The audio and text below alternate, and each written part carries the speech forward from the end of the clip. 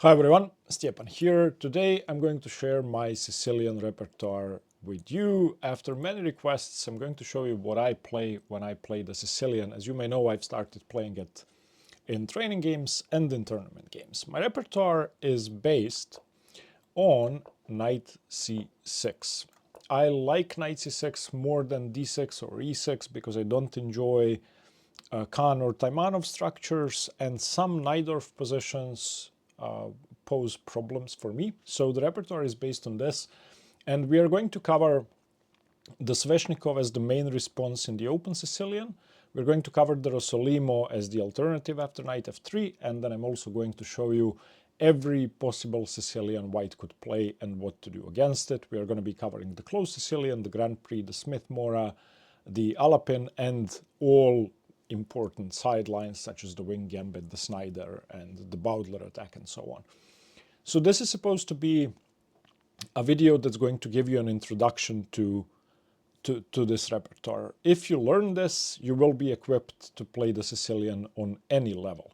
I have created a full Sicilian repertoire for black on Nocti. You can access it by following the link in the description, and then you can study the Sicilian by actually playing games instead of memorizing lines. So you can play in the Sicilian, you can select the difficulty of Nocti. So let's say Rook 2, you want to play as black in a blitz game, and you just start playing. This way you will get immediate feedback, and you will get tested against a human-like AI, which is similar to playing a human. So follow the link in the description. If you do decide to go premium on Nocti, use the code Hanging Pawns for a 64% discount, or use the code HP Year for a 20% off the yearly membership.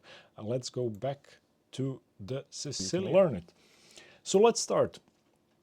Why knight c6? As I said, knight c6 is what I find most appealing, simply because it's a very flexible move and it gives you the option to play pleasant positions if white deviates from theory. So if white doesn't play d4 here and white doesn't go into the open Sicilians, knight c6 is, in my opinion, the most flexible move. For example, if white plays the delayed Alapin or transposes to a kind of closed Sicilian, or plays d3, wanting to play the King's Indian attack, or g3, or anything else, having a knight on c6 is always useful, whereas having a pawn on e6 sometimes forces you to transpose into a French defense. Having a pawn on d6 sometimes hinders your development and forces you into a dragon structure.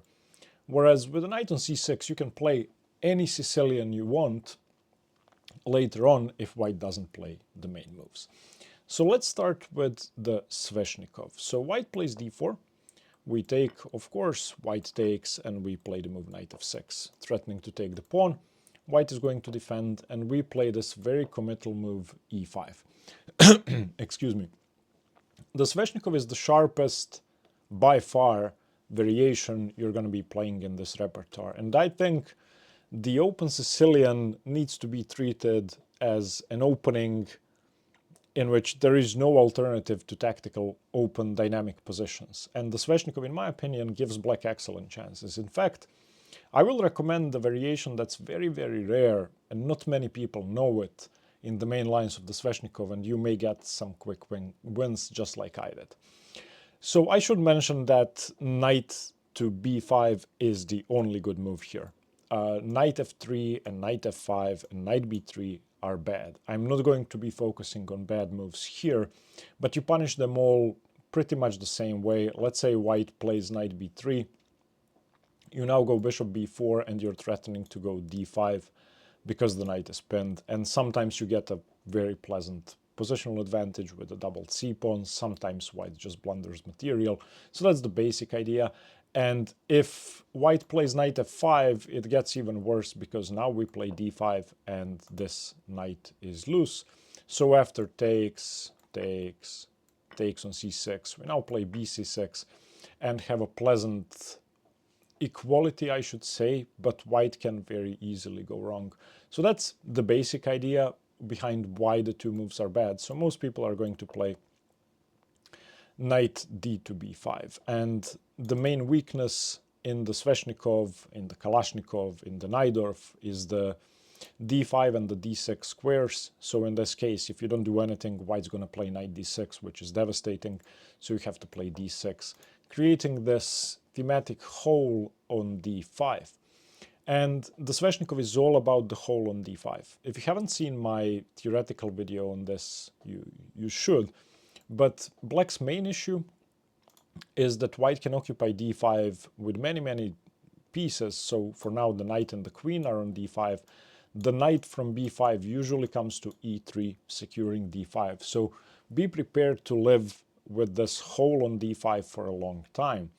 On the other hand, even though white can secure a strategic advantage by planting a piece on d5, usually a knight, that gives black a lot of counterplay with the f5 pawn break. So our main positional goal will be to blast through white's center with f5, thus getting a dynamic sort of compensation for the hole on d5.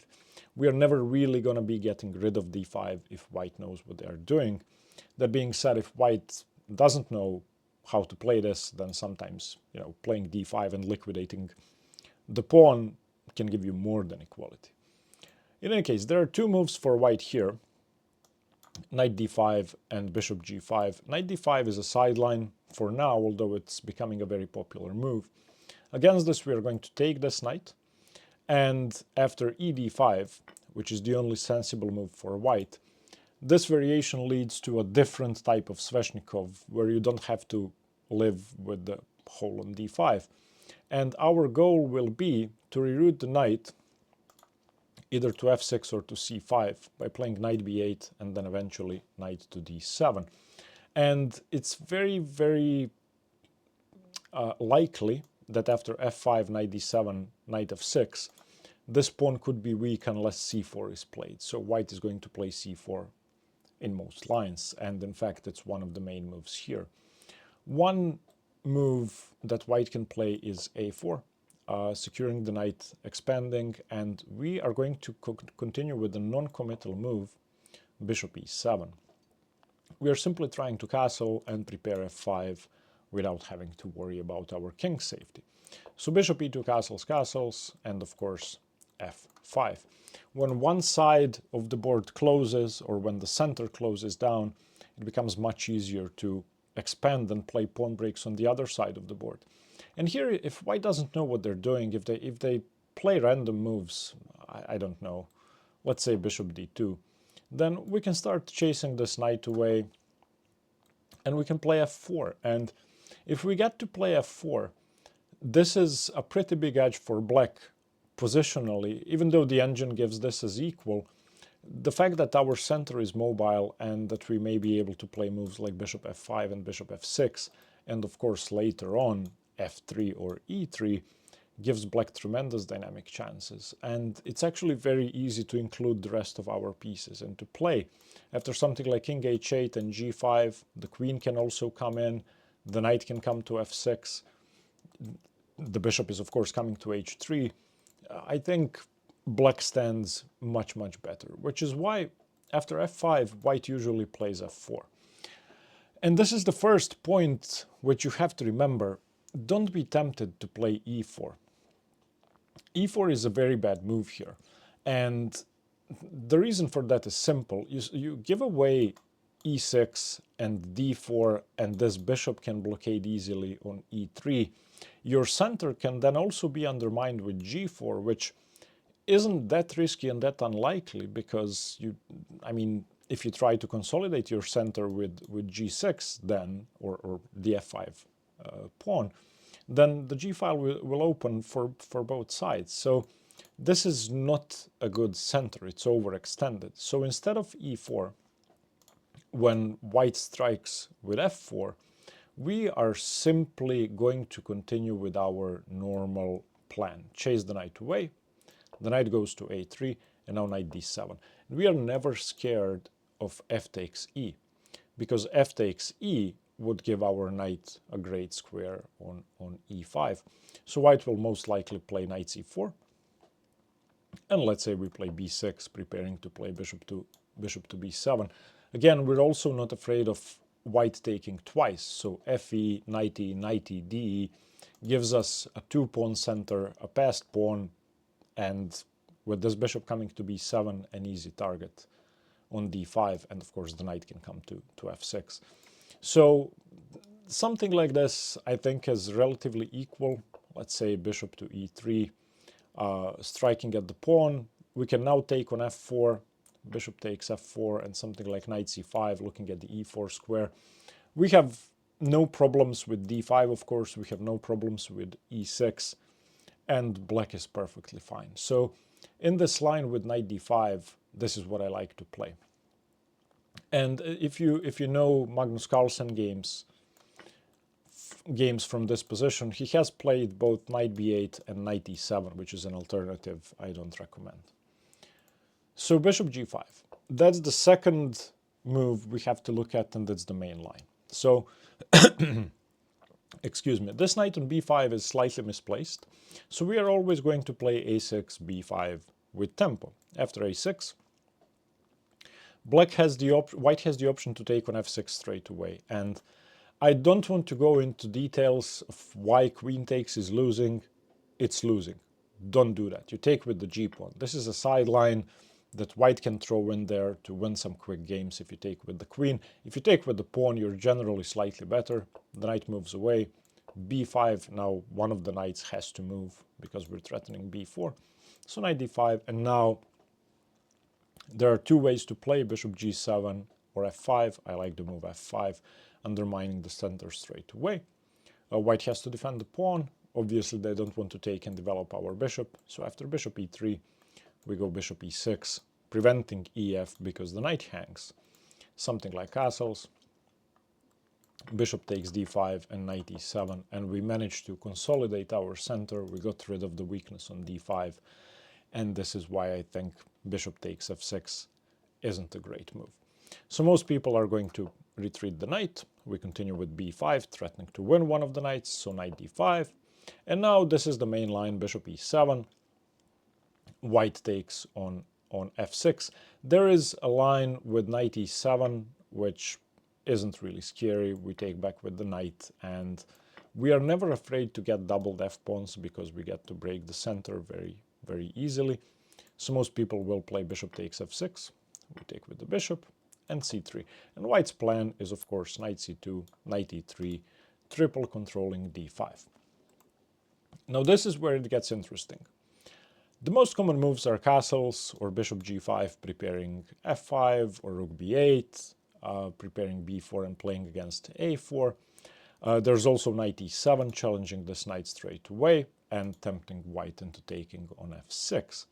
But I like the move bishop to b7, and this is what I would recommend. It may seem strange to play bishop b7, but it actually forces the issue on d5. Remember, white must keep recapturing with the piece. If they don't recapture with a piece, then the whole on d5 is irrelevant and they have no strategic edge. So for now we're not threatening to take, but once this knight moves, we will be threatening to take twice on d5, which would force white to recapture with a pawn.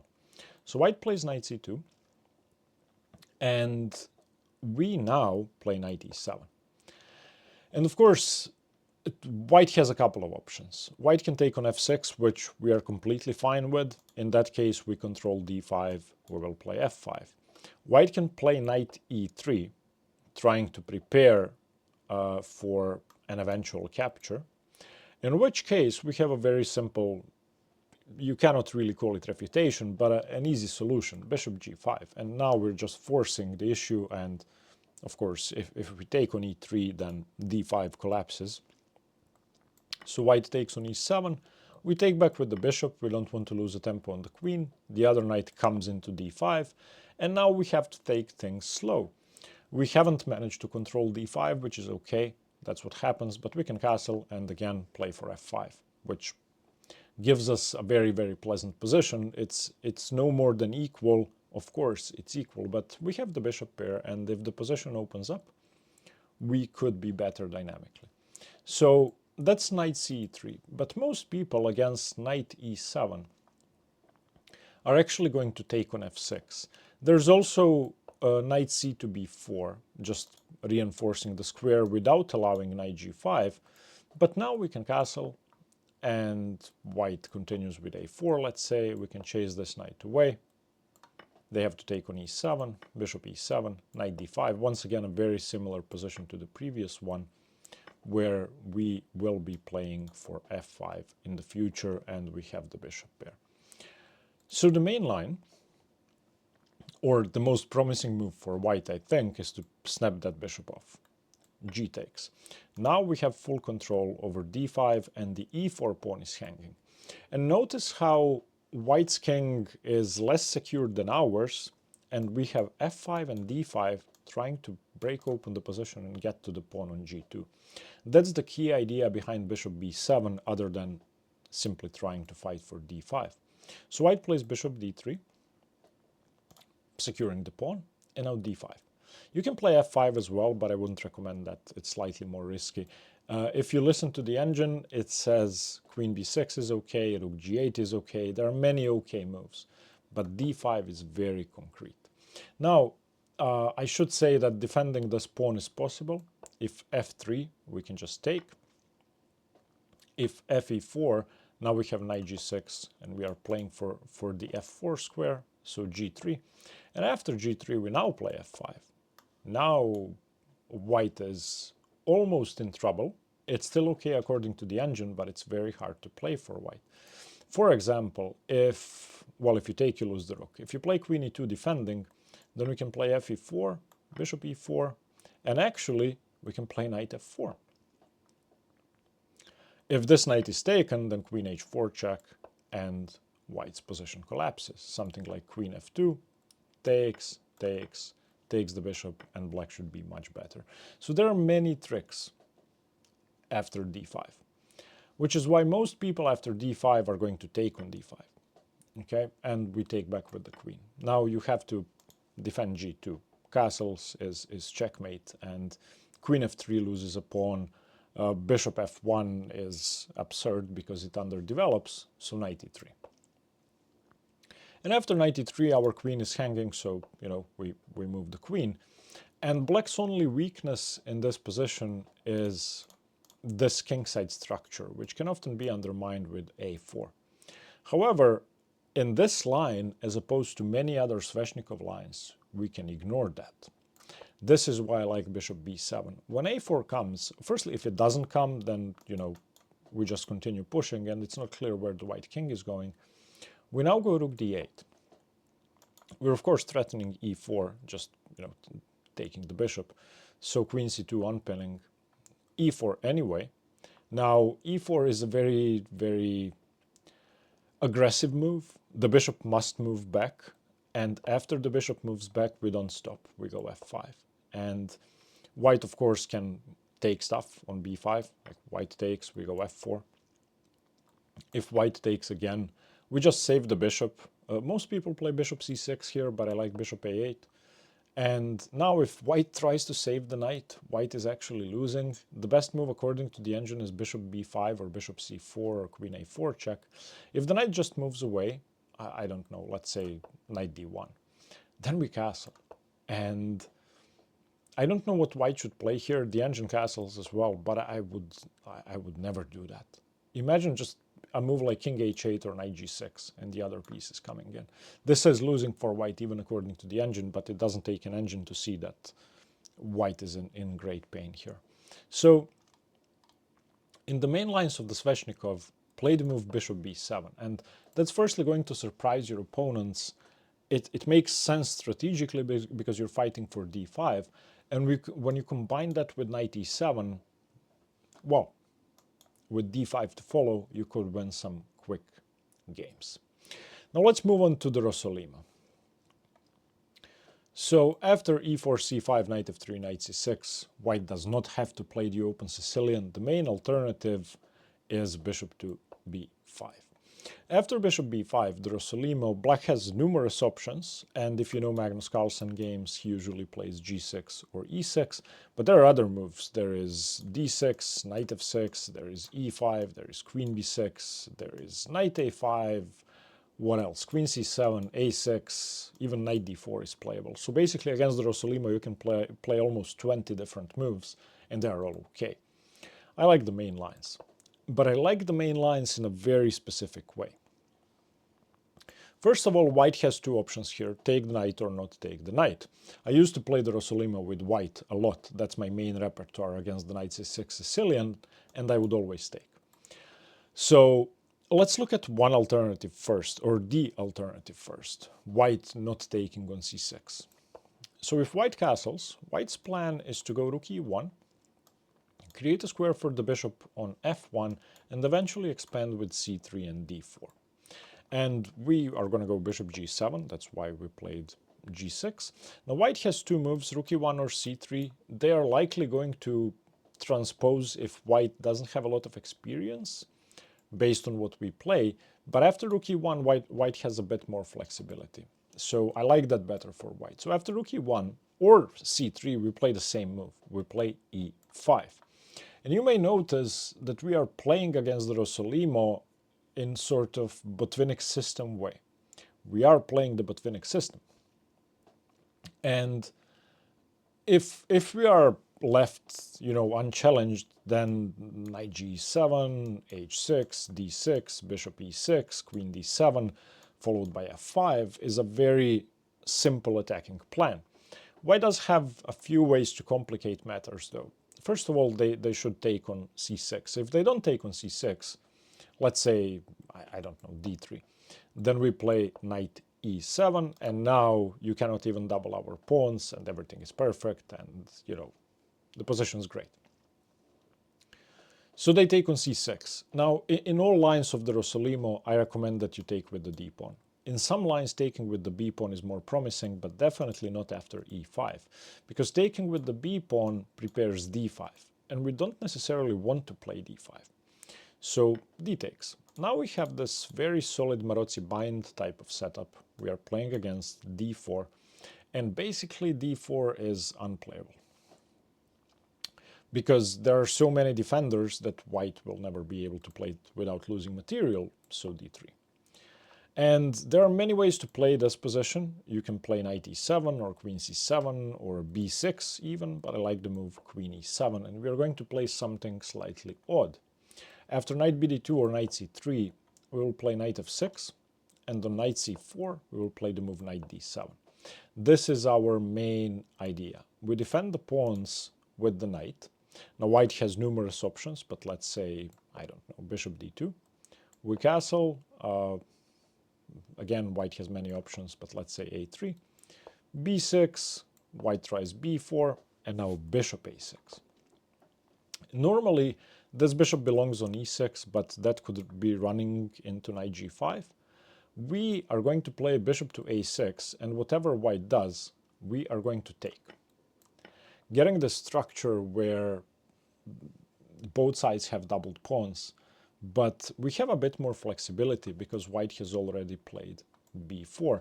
And also, it's much easier for us to occupy d4 for the moment because white is yet to play c3. That's going a bit too deep into the middle game, but this is the structure we would like to play. We have a Marozzi bind, and if we're able to, we exchange this knight on c4 and cause a structural damage for white as well.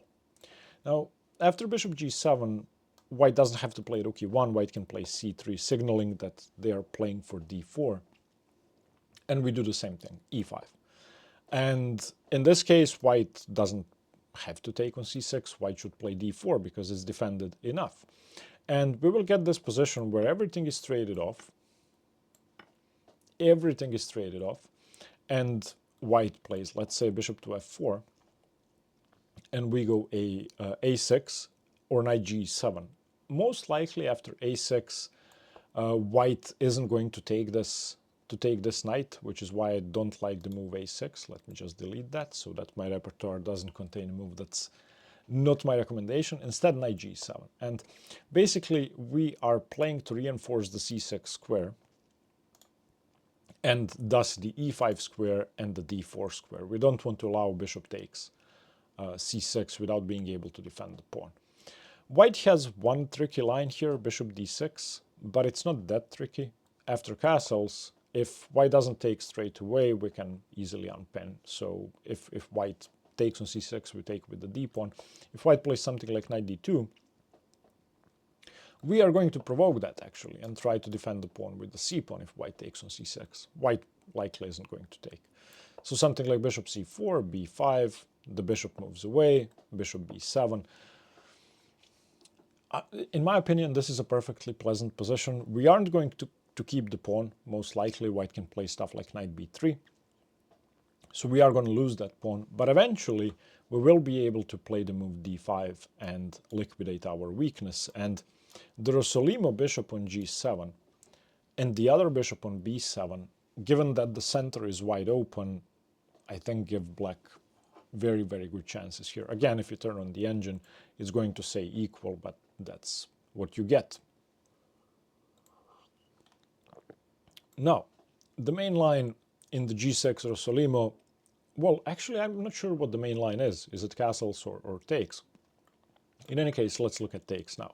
As I said, both captures are possible, but we take with the d pawn because we want to play e5. Our system will be the same, whatever white does. d3, bishop g7. White's idea in the Rossolimo is to get rid of the light squared bishop, close down the structure, put all the pawns on light squares, and play for the other color complex. Now, there is one important nuance white has to know here, and that's h3. If white doesn't play h3, then in many cases we can play the move bishop g4, and thus further weaken white's control over e5 and d4. So if they do this, I would recommend that you play bishop g4 and switch plans, and after h3 just snap that off. Because now we have both given away our light squared bishops, but look at our control over the dark squares, whereas this bishop is yet to come out. So most people will play h3, preventing that. And we play e5. Same idea as before. White is going to play bishop e3 before the queen moves. We have to defend the pawn. In this case, we don't play queen e7, we play b6. Knight c3, knight e7. Very much Botvinnik system style. After queen d2, white's threatening to play bishop h6 and basically make our castling harder, so we play h6. And h6 is a multi-purpose move. We firstly prevent bishop h6, and we also prepare bishop e6 by preventing knight g5. Of course, castling is going to be a bit harder now, but it's okay. Knight h2, white is playing for f4. In the Rossolimo, f4 is white's main pawn break, but we're not afraid of that. Bishop e6, castles queenside. This is the critical line for white in which black is always slightly better. So if you play e5, it's very likely that you're going to be better 10 moves into the opening. Something like queen d7, f4, we take. When white plays f4 in the Rossolimo, and we have played g6, bishop g7, open up that bishop. So takes. Bishop f4 and g5, forcing the bishop to choose. The bishop would be really ineffective on e3, so most people play bishop g3. And now, if you want to play this actively, you should play f5. Personally, I don't play f5 here. I like my position a lot, and I don't want to play anything that's risky. I think black has a very solid position, even though it may look crazy, and we can actually focus on a queenside attack straight away. So the engine says f5 is best. It is. But you can also castle or play a5. I like the move a5 here. And a5 is a very direct attack. And I mean, the engine plays a4 for white. It's very hard to play a4 because that creates a hook for b5. So let's say white plays a normal move. I don't know, rook f1. a4. Now a3 really is the only sensible option, because if I play a3, then the knight gets undefended, so a3. And now we have a hook, so just b5. And all of a sudden, this is becoming a very natural attack for black. And why would I play f5? Why would I risk anything in my position? The engine, the difference in the two evaluations is 0.1, so it doesn't really matter. Not that a higher difference would matter anyway.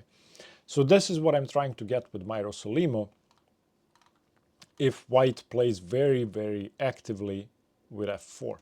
If white doesn't play f4, and if white doesn't castle queenside, if they, castle kingside in this position, then the situation changes, and we have to play slowly. White can do many different things here. I don't know. f4 is not one of them, because if you go f4 here, I once again take bishop f4, once again g5, bishop g3, and now not f5, not a5, of course, but knight g6. And we have full control over the dark squares, and black is better here according to the engine, but you don't need the engine to see that black's position is very pleasant. So the Rossolimo is, I have to say, the only opening I really like with both sides. But if I had to choose, I would have black in the Rossolimo most of the time. Now, let us move on to the closed Sicilian. So the third major type of Sicilian we're going to be playing against is the closed Sicilian. We can easily divide this into three major lines. G3, the proper closed Sicilian, the Grand Prix, which we are going to cover in a separate chapter as soon as we finish this, and bishop b5, which is, I don't even know what to call it, it's just bishop b5. So we play knight c6. We always play knight c6. And as I said, there is f4, g3, and bishop b5. Bishop b5 is the engine-approved way to play. It's not a system opening. You're not playing for a King's Indian attack or anything else. You're just developing your pieces. And we can use the fact that the bishop is on b5. So we play knight d4, and white most likely retreats the bishop. Now, this is scary, so we play e6. White can play knight f3 or knight g2. They will most likely transpose. And we continue with knight f6 and white castles. This is the beginning of the line. Now, there is a move here that you would really like to play for black, but it loses immediately. And what you have to play is a6. And let me explain why. And I have won one blitz game against my friend Vlatko. No, I actually lost, but I was winning. I was winning, but I lost. He fell for the trap, and then I told him, oh, you play a6 first. I had white here. He played d5 straight away. And this is a well-known trap in the closed Sicilian, where white actually gives up a piece temporarily. So takes, and knight d5. And the point behind this is that we're distracting the knight from defending the h5 square. So if black wishes to win a piece, then takes, knight takes d4, excuse me, c takes d4, and queen to h5. Notice that black is up a knight, but black is also completely losing. Now you have to defend the knight, so bishop e6, and then white plays rook e1, and then you resign, because the bishop is hanging, the f-pawn is pinned, the knight is hanging because the bishop is pinned, and you have no way out. If you play something like bishop e7, then of course rook takes e6, and white is just winning. Now, why is playing a6 first different? I'll show you, because when you have a pawn on a6, you have a defense here. You can play the move knight f4. Why is it different when a pawn is on a6? Well, without the pawn on a6, white wins very simply. Of course, this attacks the queen and defends the bishop and defends the knight by moving it, but white can play bishop b5 check. When there's a pawn on a6, there is no bishop b5. So now you have only one move, king e7, and after queen g5, you lose the knight, you lose the game. So, we don't play d5 straight away. We will play it next move. We play a6. And now white goes a4, preventing b5, creating a square for the bishop. Now we go d5. Now the same line simply doesn't work. After takes, white should play bishop e2. If white now plays knight takes d5, this doesn't work. Knight d4, c d4, queen h5, same line, bishop e6, rook e1, knight f4, and white is down a piece for nothing. I don't even know what the best move for white is. Probably rook takes e6, and after rook takes e6, we can take on e6, but we can also play bishop e7, and white is collapsing. I don't know. Rook e7 check, queen e7, the queen has to move. Let's say it moves to f3. And yeah, we have a very nice engine line here, d3, blocking the bishop from defending e1, and you basically have to move your queen somewhere. You have to play something like queen e3.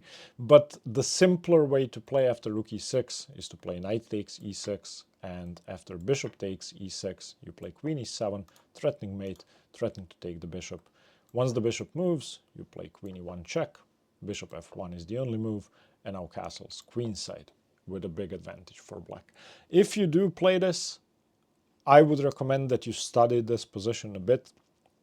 Even though the engine says you're winning, it's not that easy. So after a6 and all of this, white of course doesn't take. White plays bishop a2, and we continue developing bishop d6. The pawn is immune due to bishop takes h2, d3, knight e6, knight g3. We can now play h5, we don't have to. I like playing h5, and this is basically a normal position with a symmetrical pawn structure where we have a bit more space. This is what you get against the Bowdler attack as well, except that the bishop is on b5. So that's bishop b5. That's how we treat that. If white plays g3, signaling a close Sicilian or a King's Indian attack, we are partially going to be copying white. So we go g6. Notice that the only difference is that our knight is on c6 behind the pawn on c5, so we have a bit more influence over d4. So bishop g2, bishop g7, d3, d6, bishop e3, for example, and now we play for the queen side. And this is the only way to maintain an advantage for black. Yes, if you turn on the engine, black is already better here, because black's position is extremely active. We go rook b8, and we want to play b5 and b4. We are basically playing an English opening in reverse against, I don't know, a King's Indian, let's say. So queen d2, b5. And now any queenside castles is out of the question, of course, because our pawns are marching forward. So something like knight g2, b4, and the knight must move away. Knight d1, knight d4. Because of our rook on b8, this knight is immune because the pawn isn't hanging. And of course, taking this would be disastrous. If you let's say take, you lose the bishop due to e5 and f6. And if you take with the bishop, then I take cd4, and c2 is going to be a permanent weakness. White is, according to the engine, much worse. I think for humans, it's even worse than that, because you have to play c3 at some point. But when you play c3, firstly, I can throw in moves like bishop h6, but let's just say I keep taking bc3, dc3, let's say knight c3. Look at this hole. Look at bishop h6. If you play f4, then something like knight f6, and your center is about to collapse. I'm going to attack your center from every possible side, not to mention that b2 is tender. It's just white has overextended for no reason, and black has a very solid dragon type of position. So this is what we want to get in the close Sicilian, and there isn't really a way for white to avoid that, which is why I like this setup for black. Now we're moving on to the three less popular lines, the Grand Prix, the Smith-Morra, and the Alapin, and then we are going to have a look at the rare sidelines as well. So in the close Sicilian, when white plays f4, this is the Smith-Morra attack, and white's idea is to play for f5 and, you know, just smash black. We're going to do the same thing. g6, knight f3, bishop g7, and white now chooses between bishop b5 and bishop c4. Bishop c4 is still, I think, considered a sideline, even though on my level most people play that. White can also still play g3, and we just do the same thing we did previously, d6, rook b8, and so on. Let's start with bishop c4. So whenever white plays bishop c4 in the Sicilian, our repertoire is to play for e6 and d5. And we start with e6, securing f7, preparing d5. White has two options here. One of them is insane, in my opinion, and very easy to play against, and the other one is castles, which is fine. I'll show you the insane line in a second. So if they castle, we go knight g7, d3 castles, white does something, anything, and we play d5. And that's the way to equalize. It's just very, very simple equality for black. One line I would like to mention that's not the insane one is e5. And I actually had almost a full lesson with one of my students on this position. When you have a pawn on d5, this is much harder for black to play. Even though the engine says it's fine, I would recommend that you do not play d5 if they play e5. You play d6. And you want to get rid of this bind, and you want to open up your bishop. So after d6, you're threatening to win the pawn, so e d6, queen d6 has to be played. And when white is left with an f-pawn in any Grand Prix, Dutch, bird, you know, Austrian attack type of position, the f-pawn is pretty much useless when it comes to attacking. So with the f-pawn alone, nothing bad can happen, which is why I think e5 is not good for white. So after e6, the only thing that's left for us to look at is the insane line, f5. And this, of course, is bad for white, but most people play it. We are going to take that pawn. And if e takes, then d5 is almost winning for black. The bishop must move. We just continue knight g7, threatening to take the pawn. F e6, bishop e6. And look at our development, look at our prospects, look at our bishops. And white has no attack. So after gf5, white normally doesn't take back. They play d3. And we just do the same thing, knight g7, white castles, we castle. And it's really not clear why white gave up a pawn. I mean, I don't see anything for white. And the win rate for black proves that black won 3 out of the 4 games that have reached this position. So that's really no good. Now the alternative to bishop c4, which is more popular, is bishop b5. And if you remember what we did in the closed Sicilian, when there's a bishop on b5, and we have already played g6, bishop g7, we play knight d4. And we want to take that bishop. Since there's already a knight on f3, white has a bit more options. I should mention that taking on d4 is really no good, because we don't take with the bishop, we play c d4. And now the knight must move back, something like knight e2, and the knight is misplaced. So yeah, that's really not something white wants to do, so no experienced player is going to take. If they play bishop c4, then we have e6 and d5, and we have transposed to the same bishop c4 Grand Prix, where we're going to gain a tempo on the bishop. And once again, if they play e5, now we don't necessarily have to play d6, because we are giving away d6. I mean, c5 is hanging and d6 is hanging, so if we, I don't know, take, then f takes e5 and the knight's coming to d6, so that's really not good. So instead of d6, we take on f3 first, white takes back, and now we go knight e7. We have to be in time to cover these 2 squares. So if knight e4, we can castle or play knight f5, or castle and play knight f5, but basically we challenge the bishop. And we also want to play d5.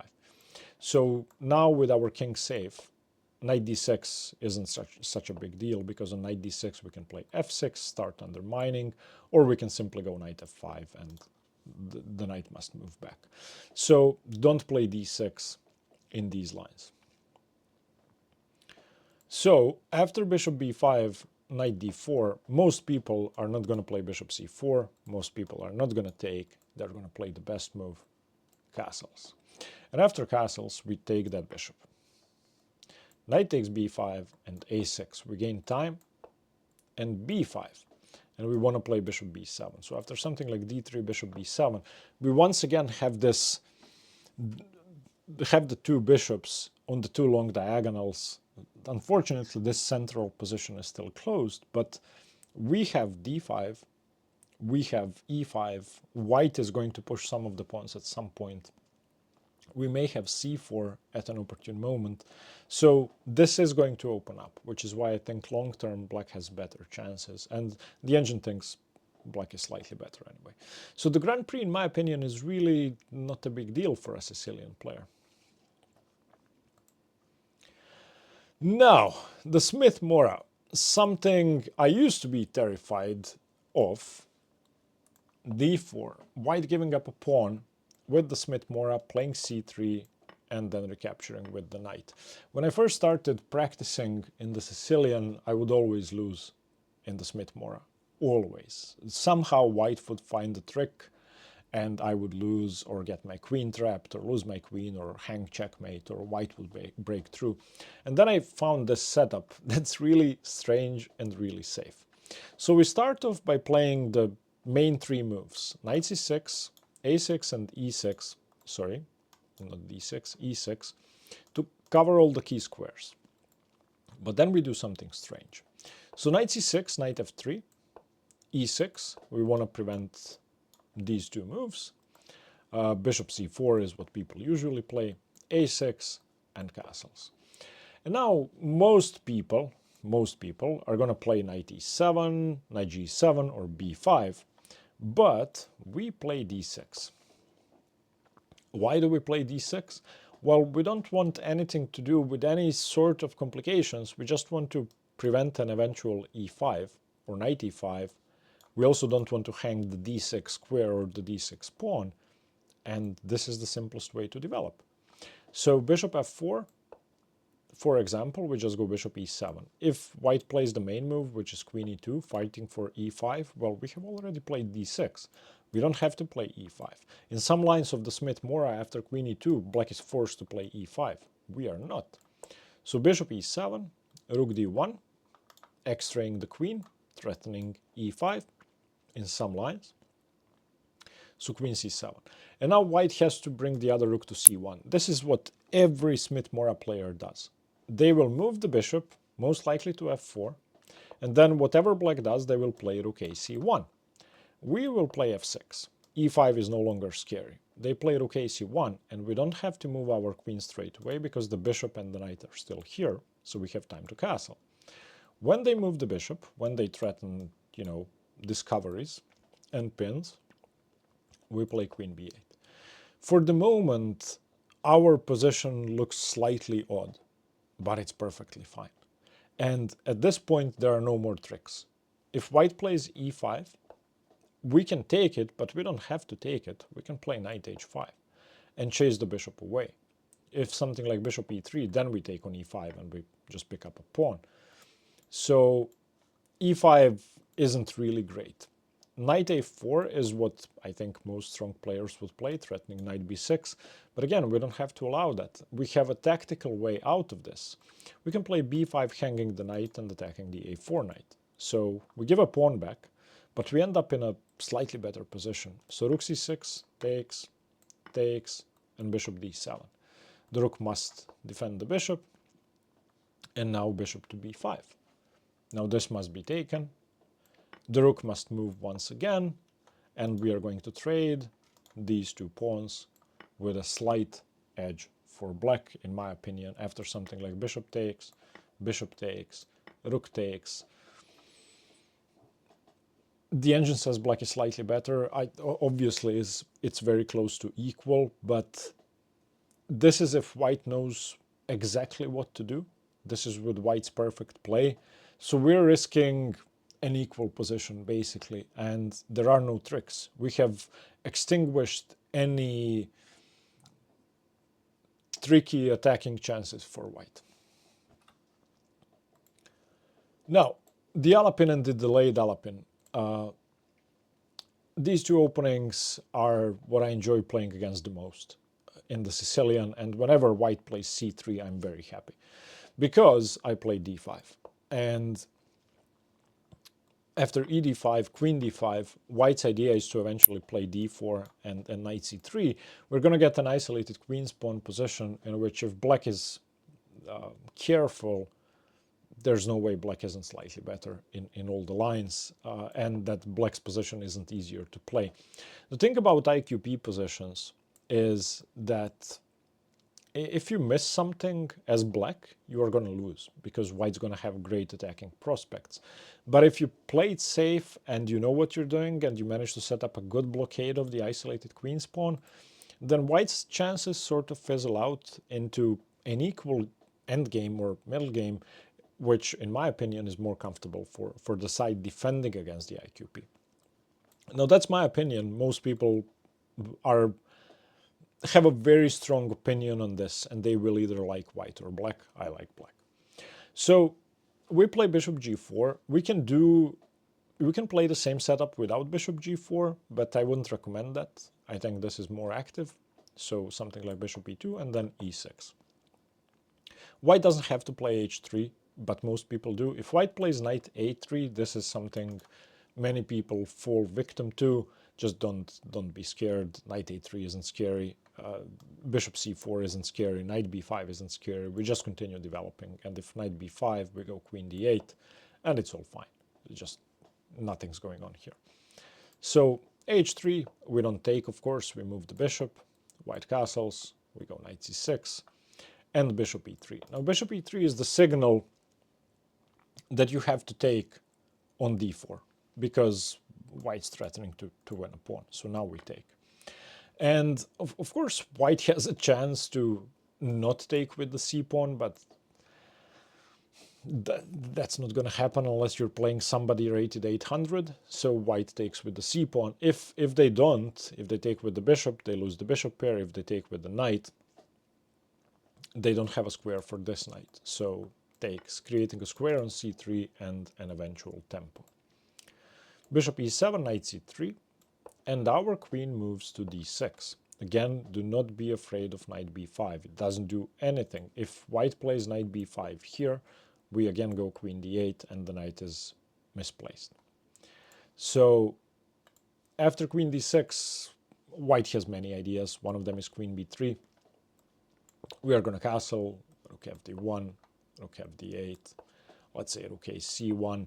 Now, I like one idea here, and that idea is queen b4. When you're defending against an isolated queen's pawn, you want to trade queens, and if the queens do get traded off, then we also get to recapture with the knight, and we manage to set up a blockade on d5, which is obviously pretty good for us. So against the Alapin, that's what we do. In the delayed Alapin, which starts with knight f3, we go knight c6, inviting the Sveshnikov, the Rossolimo, and then white transposes to the Alapin. This is the same thing, the exact same thing. There is no difference between the two setups, and actually they are going to transpose. After d5 takes, queen takes, d4, we are now in the same line. It's the same.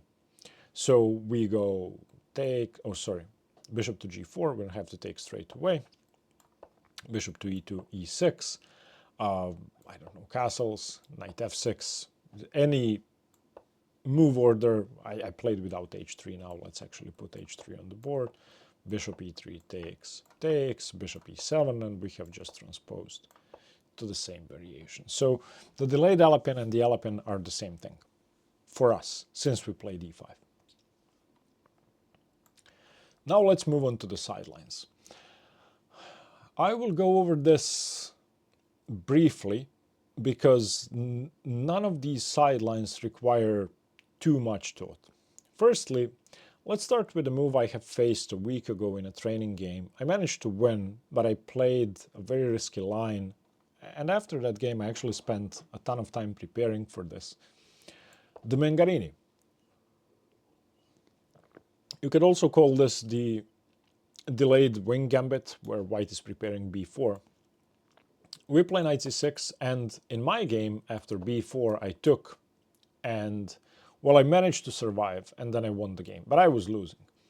Now, I'm going to show you what's actually the best way to play against the delayed wing gambit. Knight f6. We're threatening to win this pawn. If it advances, then we can take.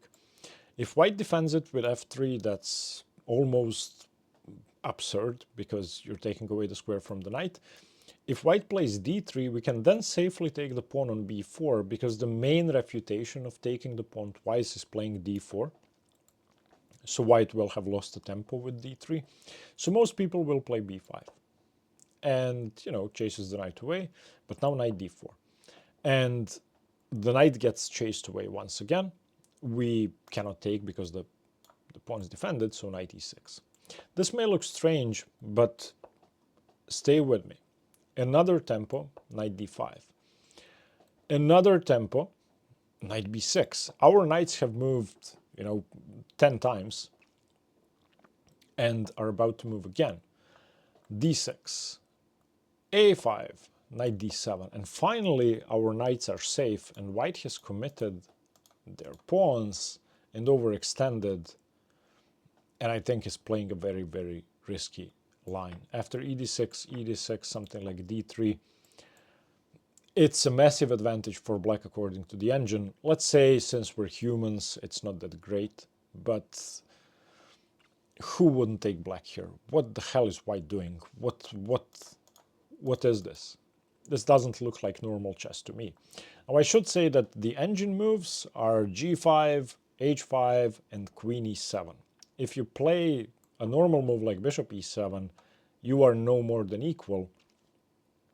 So, not that that's bad, it's equal or even slightly better for black, but the way to capitalize on your advantage here is to play like a maniac with g5. Now, if white doesn't do anything, let's say bishop e2, we now go knight e5, and we keep pushing our pieces and our pawns forward like we're crazy. If you know anything about me, you will know that I don't like doing that. So I actually like the move queen e7 here, which is kind of slow, and whatever white does, I will continue with a6 at some point. I may as well do it now. I want to undermine the structure and prevent a6. Let's say knight f3, and now a b5. If queen b5, I go g6 and bishop g7 and play this like a dragon, where I'm trying to exploit the pawn on c3. So this isn't the most active way to play. Again, if you want to play the most active moves, play h5 or g5, but that to me is too crazy. Now, the wing gambit, the actual wing gambit without a3 is much simpler. We take, white goes a3, we don't take twice, we go e5, and we just defend the pawn. So something like bishop b2. This may surprise you, but we don't defend. We play knight f6, we leave the e5 pawn hanging, and after bishop takes, we play knight c6 for rapid development. And black is great here. We have much better development after bishop takes f6, queen takes f6, and we just have an advantage. So the wing gambit is really no big deal if you know what you're doing. The Snyder variation with b3 is, I like it for white actually, but for black we're going to do the same thing we always do. Knight c6, d6, bishop b5, bishop to d7. If they transpose to a sort of Grand Prix position, we're going to play knight f6 and e6 and just play a normal game where we haven't committed to anything. The way I like to treat these sidelines is not to commit to a specific setup, and this is the most flexible you can do. So let's say knight f3, bishop e7, both sides castle. Now the engine prefers black slightly, but I really don't think it's significant. The one thing we have going is that we're going to win the bishop pair. So takes, and now when the center opens up, we'll have the bishop pair. Again, it's nothing major, just learn this simple setup and play it against the Snyder and you will be fine. The next one is the McDonald, the Grand Prix without knight c3, or just, a position in which white isn't controlling d5, so f4 is bad, and we play d5. And, well, white doesn't have to take. White can play knight c3, for example, or knight f3, or even bishop b5, but most people take. And now, we talked about this f-pawn being alone. We have just extinguished white's attacking chances. We go knight f6. We may you know, pick up the pawn a few moves late. We're not going to get our pawn back straight away, but that's no big deal. Bishop b5, bishop d7, takes, queen takes. If they go c4, we now go e6 and just undermine the structure. White's best is queen e2, but I can also take. And I mean, we haven't regained the pawn yet, but that's really not a problem, because having pawns, and I learned this by playing against the Dutch one time 4 years ago, 3 years ago. When people have pawns on f5 and c5 or f4 and c4, that's one of the worst structures you could have, because you're basically giving away the entire center and leaving a ton of holes behind, which is why, despite being down a pawn for the moment, black is actually better according to the engine. So this is what we do against the McDonald. Now the Keres variation is interesting, but it's really not that interesting, because it turns into a sort of King's Indian attack. Or if knight c6 d4, we are playing a Sveshnikov, of course. And if they play the proper Keres, we just go knight f6. And most people are going to play this like a King's Indian attack, but we now have time to strike in the center with d5 before the bishop reaches g2. So d5, e takes, knight takes, bishop g2, knight takes, b takes, and g6.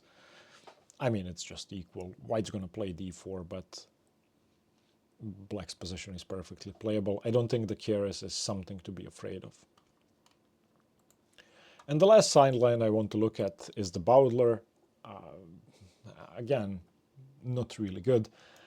Against bishop c4, we always play e6, and we play for d5 if we can.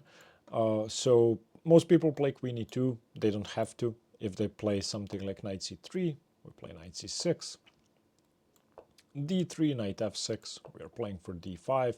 And if they play bishop g5 to prevent that, we don't play bishop e7, trying to prevent that. We don't, trying to reinforce that, we play h6 and force the bishop to move away. If the bishop stays on the same diagonal, now, okay, we play bishop e7. And if, I don't know, let's say knight f3, just a normal move. Now black is hanging knight e4. White is hanging knight e4. This is a very, very common trick, because if d4, we take on h4 twice, and if bishop e7, then of course we take on c3, and we actually win a bunch of material.